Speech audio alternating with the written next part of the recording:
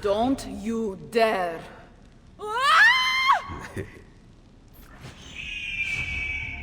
Assassin's Creed Brotherhood. I gotta admit, when I got the XbO collection, this was really the game I was excited to play out of the lot. I just had a lot of really fond memories playing this game, as a continuation of the story of my boy XbO. And for the longest time, I would probably say this is my favorite in the series.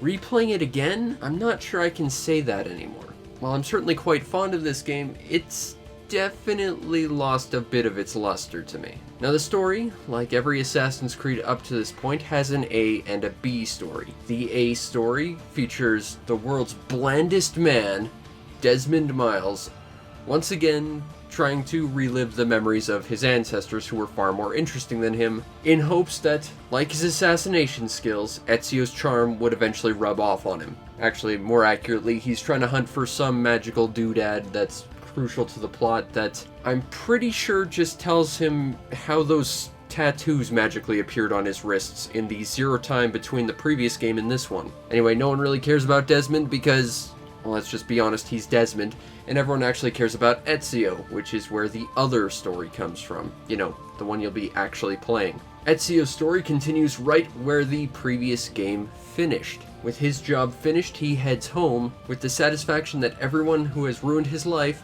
is now long gone and won't mess with him again. Except someone forgot to kinda tell him that whole thing that his life was based around, in that if you mess with someone's family, it kinda paints a target on you. Suddenly, his fortress is attacked, his magical indestructible armor is lost forever. Oh, that hurts. Such beautiful armor. Oh yeah, and his Uncle Mario's dead. Yeah, that guy.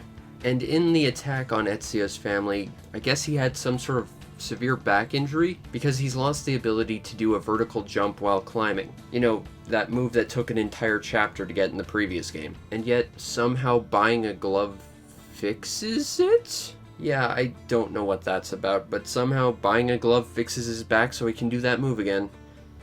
Woo. Now he must travel to Rome to once again finish what he started by basically just killing a bunch of other guys again. And then, you know, something victory, and reclaiming something that was stolen to him. The same plot MacGuffin that is very relevant to the blandest man alive. Now, the thing about this game, and it's one of the biggest things against this game, is the story is just not very interesting. And certainly that is comparing it to Assassin's Creed 2, a game that spanned an entire man's life, a very fascinating man. In this game, not so much. There's really no connection to Ezio with the rest of the story aside from that little bit at the beginning that's supposed to make this a very personal matter. Though, honestly, the only personal matter I saw in this entire story was they took my beautiful armor that, for the first and only time you play, actually had a purpose and gave it to me as a skin.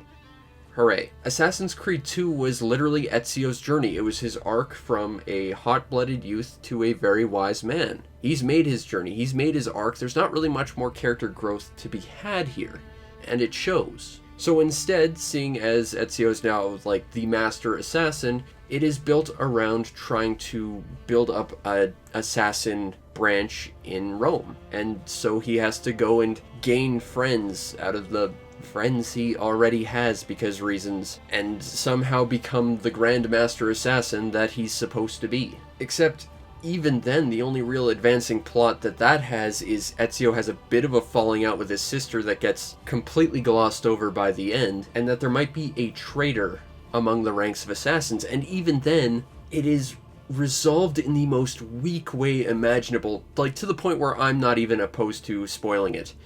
See, in the beginning of the game, there's like this completely nondescript NPC. Yeah, he's the spy, and that's it, and then it's like immediately glossed over, and even when it was brought up like it was this huge major thing, it was never really made to be a huge major thing. It was just sort of a thing that was brought up every now and then just to assure you that there was something going on. And even in the mission structure, it feels very, very weak. 3 of the 9 chapters in this game are just killing one guy that's relevant to a single branch of your, like, allies. And it feels like the inverse of one of the weakest chapters of the previous Assassin's Creed, which was to kill several guys to get to this one guy. You know, that felt like a very weak chapter because it felt like all these people were going to have chapters to themselves, and Ubisoft ran out of time, so just decided to throw them all into one. Well, this is the inverse, where each of these characters feel like they all have a chapter assigned to them, but they're not really important people, really. It's weird. Honestly, the story to Assassin's Creed Brotherhood feels like it's one of the weakest parts about it. And that's a damn shame because it is more of the same, and it follows everyone's favorite charming assassin. And he's really the highlight of this because the story itself is fairly weak otherwise. Now, the gameplay to Assassin's Creed Brotherhood is really where this game shines. It's more of the same from the previous game, but they managed to try and polish up the jank a little bit. So sure, while every now and again you'll still end up flinging yourself off a cliff for no reason, it happens significantly less often than the previous game. Combat, which was always a very weak and simplistic system, is still very much that, but it's made a lot faster. For one thing, when you lock onto an opponent, you can see their health bar flash to tell you exactly when they're going to attack you, prepping you for a counterattack. And what's better, once you instantly kill an enemy in combat, well, if another enemy's within reach, you can instantly kill them too. And then again, and again, and again, and you can kill an entire room of dudes in a matter of seconds just by chaining all these, like, combo instant kills. Does that really make the combat better? No, but it makes it faster and less of a focus, which, honestly, considering that the combat still at this point isn't really all that particularly interesting, I'm gonna give them thumbs up for that. And for all the new stuff this game adds, the final boss is just the same as the last one. It's literally just mash the attack button until you kill them. It just comes across as so bloody lazy. It's not interesting or clever or anything. Parkour in this game is, once again, amazing. It flows relatively well. There's less jank, like I mentioned.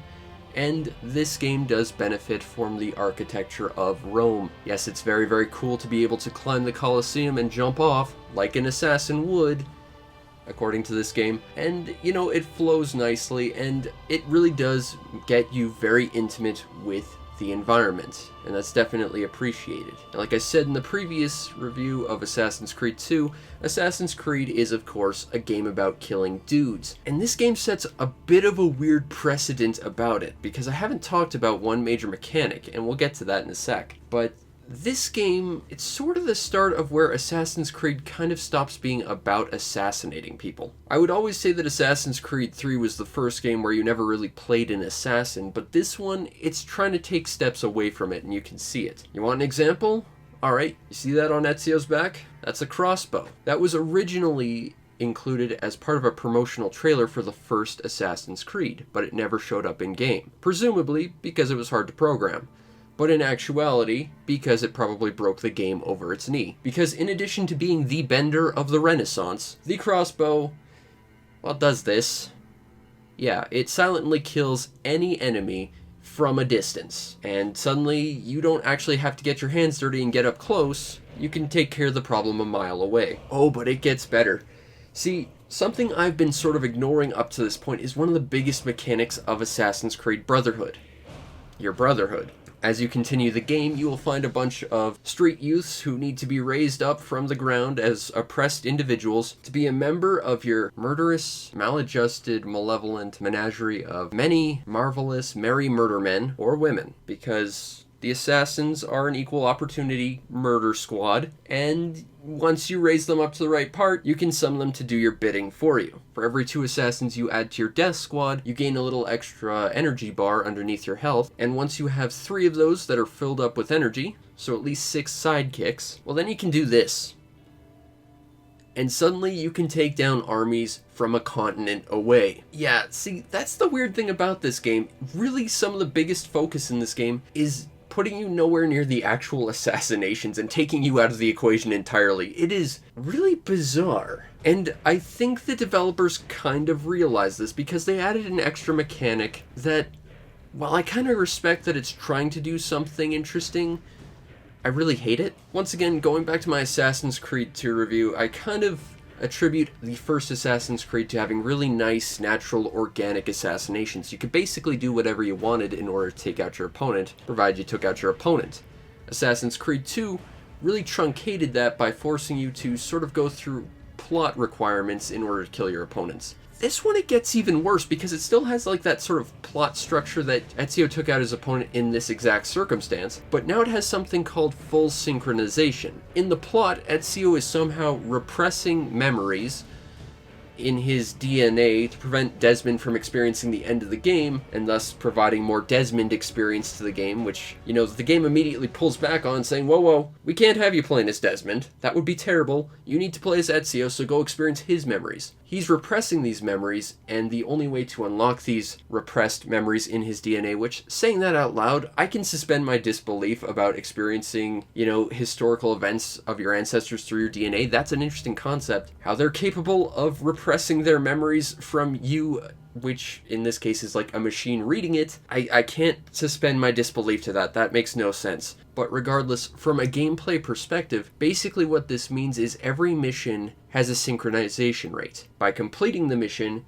you get 50%. Now notice that is not 100%, and if you're a completionist, this might drive you crazy, because this means that if you want to get 100%, you have to complete every mission with set objectives. Specifically, and when it comes to killing, it's usually with your standard assassin blade, meaning that all those nice little tools that let you handle the problem from an entire continent away, completely worthless to you. So yeah, they add all these mechanics, and then they basically punish you for trying to use them, because if you don't do it the exact specific way the developers are forcing you to, you don't get full completion. And unless you synchronize everything, you actually miss out on bonus levels that sort of fill in some backstory with Ezio, which you kind of have to see a little bit of. I mean, at least the first one, it's kind of charming to see a little bit. So not only are they forcefully truncating you into doing things the exact way that the story mission requires you to, suddenly you're now being held on a leash and forced to do it this way or you're punished. And what's even weirder, these requirements usually spoil the level for you. Yeah, I mean, levels that require you to use only your assassin knife pretty much tells you that you're going to be killing someone up close and personal. Okay, that's simple enough.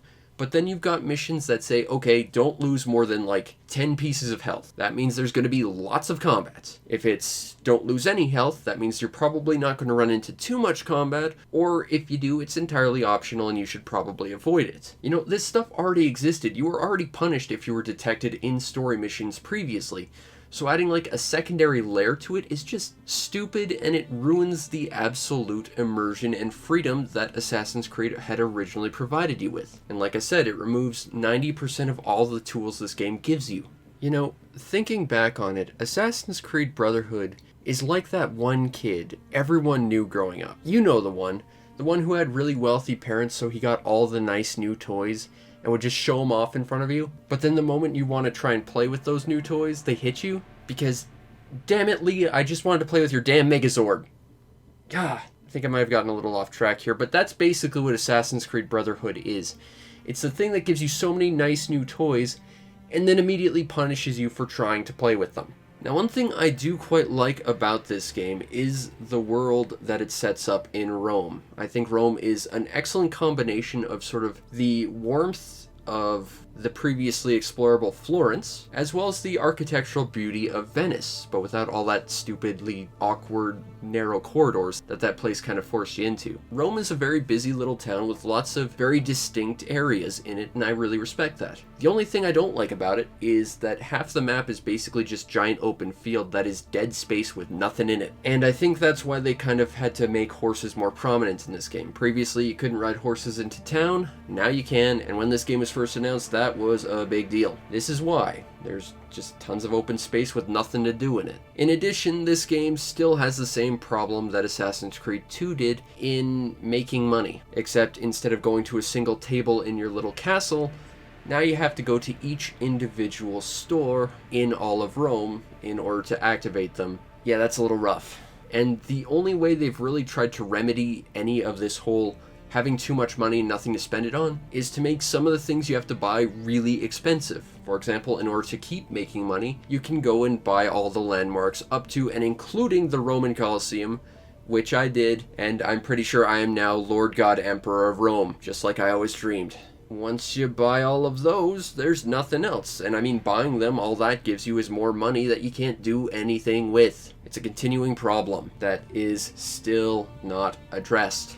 Overall, I think mechanically, Assassin's Creed Brotherhood is better in pretty much every single way from the previous game. But at the same time, it feels like for every advancement it makes, it holds itself back, either by dictating how you have to approach every single level, or by still locking off districts until like the penultimate chapter. And this game is about 60% the size of the previous game, so while the map opens up significantly faster, you know, it still takes a large percentage of the game to actually open it up, and it's still a very short time if you're just progressing for the sake of opening the map up. The way they've set them up in terms of having such a small campaign versus such a large map and how it unfolds is kind of tricky. And once again, you can't get the ultimate armor of the game till like the penultimate chapter, which once again sucks. Except this time it's not very cool looking, hence the armor of Altair skin. Still the best looking Assassin's Creed armor, damn it. Oh yeah, and one of the biggest things about Assassin's Creed Brotherhood, originally anyway, was removed from this version entirely. It's not something I normally talk about, because I don't inherently see multiplayer as something that makes a game good, seeing as, you know, playing with other people makes even the worst games, you know, fun. But one of its biggest draws back in the day was it was Assassin's Creed with multiplayer, which, no matter what way you slice it, is a terrible idea, but basically they just stole the multiplayer from the ship, and it wasn't very good then, so they cut it entirely, and that's not too big a deal in my books, but it's not like they filled that space with anything. So if you came here looking for the multiplayer component, yeah, that's completely gone as well. So this particular version isn't even really the must-have version of Assassin's Creed Brotherhood. It's really just sort of an add-on for this collection for the sake of having the full set, I guess, even though it is mostly gutted with the exception of some of the DLC. But, you know, while I think the story lacks any real importance in the overall scheme of things, it is another adventure with Ezio. You do get to see him clown around a little bit, you get to see him kill guys, and it's a fun time. The mechanics are fun when they aren't kneecapping you at every single turn not to use them, and I still think it is a more enjoyable game as a game compared to the previous iteration, but it is vastly inferior from a story perspective. Now, the overall presentation to Assassin's Creed Brotherhood is, they made the faces better. Maybe not great, but certainly better, and even Ezio looks a little bit different from Desmond this time around, which is definitely appreciated, because no one wants to look like Desmond. Not even Desmond. Maybe that's why he's got magic tattoos now. But everything else about it is pretty much more of the same. I think that, once again, Rome feels like a mixture of Venice meets Florence in terms of visuals. It has the warmth of Florence, as well as some of the street design, but it feels like it takes some of the architectural cues from Venice a little bit, kind of giving you a sort of best of both worlds effect. In audio, well, you know, it's more of the same. It's the same cast playing the same characters with the same composer in the background, so, you know, it's pretty much just as awesome as the previous iteration. One weird thing I noticed, though, and I might be wrong about this, but I think some of the background NPCs wandering around, especially like the doctors, I think some of them reuse lines from the previous game, which is a little weird. But otherwise, you know, presentation-wise, this game is excellent. It's certainly a step above the previous iteration, and I mean, you know, the previous one looked fine aside from the faces. They fixed the faces, this game looks good. Now, if you want a copy of Assassin's Creed Brotherhood, cheapest copy I'm seeing right now is $3.49, and for that, I think it is an excellent game. Yes, I think the story is functionally very weak compared to Assassin's Creed 2, but to be fair, I still think that's one of the best stories in the series, and mechanically, it's better in pretty much all respects. Again, at least if we're comparing it to the previous game. That said, it still has its fair share of problems. And, you know, going back to the start, when I first played Assassin's Creed Brotherhood, I was so excited because it featured a character I love, more or less just giving him an expanded story. But it feels like that expanded story wasn't really planned for. They just sort of noticed that Ezio was really well received and decided to make another story around him to fill space. And, I mean, this is the first Assassin's Creed that started the trend of one coming out every single year, so I can kind of see that. And, you know, for everything it does to enhance the game, and it does enhance the game, it feels like it tries to also take that enhancement away at every single turn, which really does create a weird space for this game. You know, I remember loving this game so much, but I honestly think it's more the map and just the fact that it gave you new options, and the fact that we were playing a character that I love. Because really breaking it down, for every good thing it does something wrong, or it takes away the good thing it's providing you with. At the end of the day, if you like Assassin's Creed 2, this isn't a bad expansion, but it's not going to tell you much more about this character that's going to make you care. The story itself is fairly weak, but it's more of the same. And it's more of a character that you're gonna love. But is it really the best Assassin's Creed game? I'm not even sure this is the best Ezio game. I remember having a very, very low opinion of the third one in the set, especially from the story, but we'll have to see about that one. Overall, I think Assassin's Creed 2 was probably a better starting point, but this is certainly not a bad game for $3, but I don't think it's anywhere near as important or influential than the previous game. A small improvement, and honestly, kind of takes that improvement away. ليش وكان مطلق بالكل ممكن. The wisdom of our creed is revealed through these words. We work in the dark to serve the light. We are assassins. Nothing is true. Everything is permitted.